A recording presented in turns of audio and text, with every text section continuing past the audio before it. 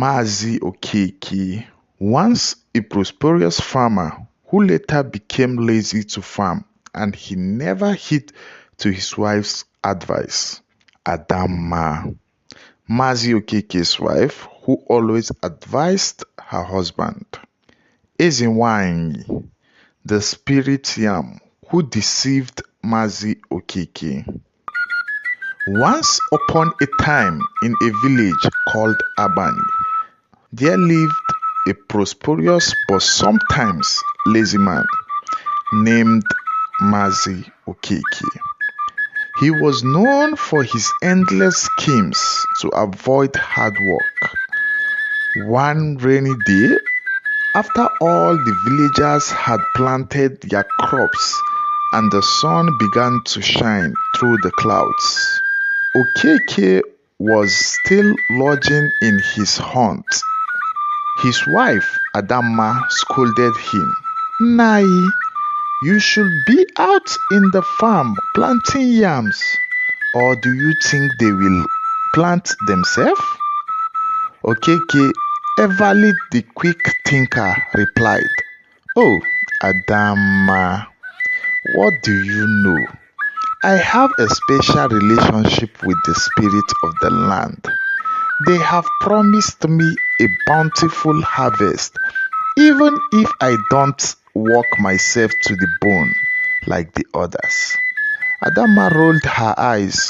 Ngwano, suit yourself, but don't come complaining when everyone else has basket of yams and you have none.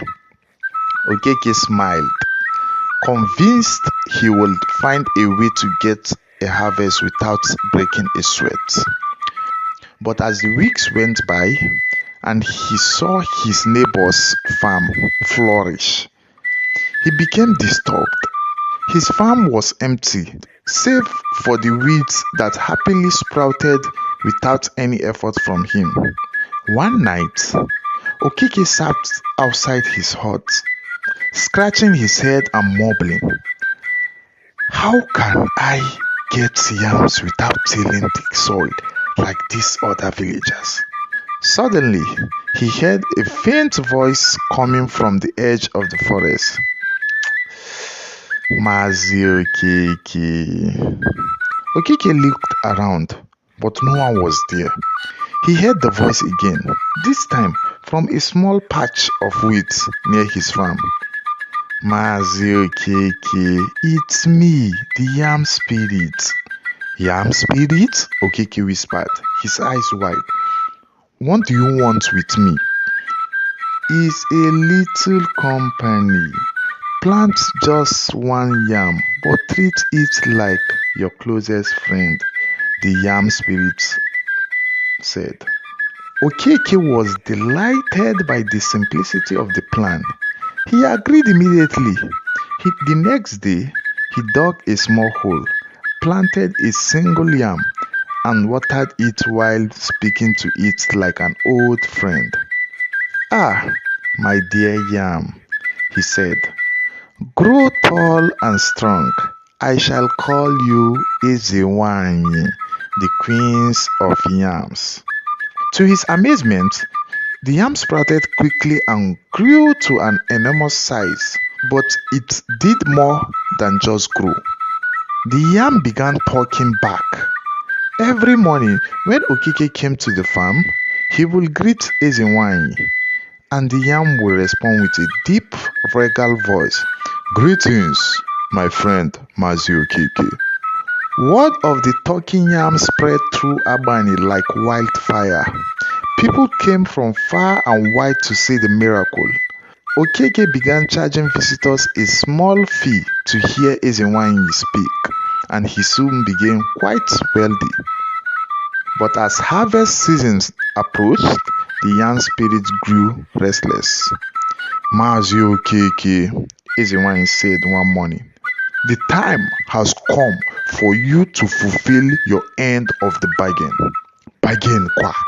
Okeke said, nervously tugging his wrapper. What bargain? The yam replied, Yes, bargain. You promised me company. Now you must join me in the spirit world. Together, We shall rule the kingdom of yams. Okeke's face paled. He had not expected this turn of events. He tried to bargain his way out of it. Oh, Ezewanyi, perhaps a few goats or a cow as a sacrifice instead, no. But Ezewanyi was firm. Mbao, no goats, no cows, only you, Mazi Okeke. In a panic, Okeke rushed to the village elders, confessing his tale of laziness, the talking yam, and his impending doom. The elders shook their heads, amused yet concerned. Mazi Okeke, said the oldest among them, you have outdone yourself this time, but fear not, we have a plan. The next day, elders went to the Ezenwanyị with a powerful charm and chanted a ritual to trap her spirit within the yam. Ezenwanyi's voice grew faint until it was silent. Okeke sighed with relief. The villagers harvested the enormous yam and roasted it for a grand feast, during which Okeke was forced to do all the cooking as punishment for his laziness and deceit.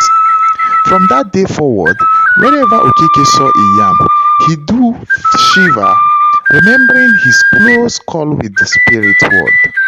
And so, Mazi Okeke became the most diligent farmer in Albany, working in his farm from sunrise to sunset, for he never wanted to hear a yam talk again.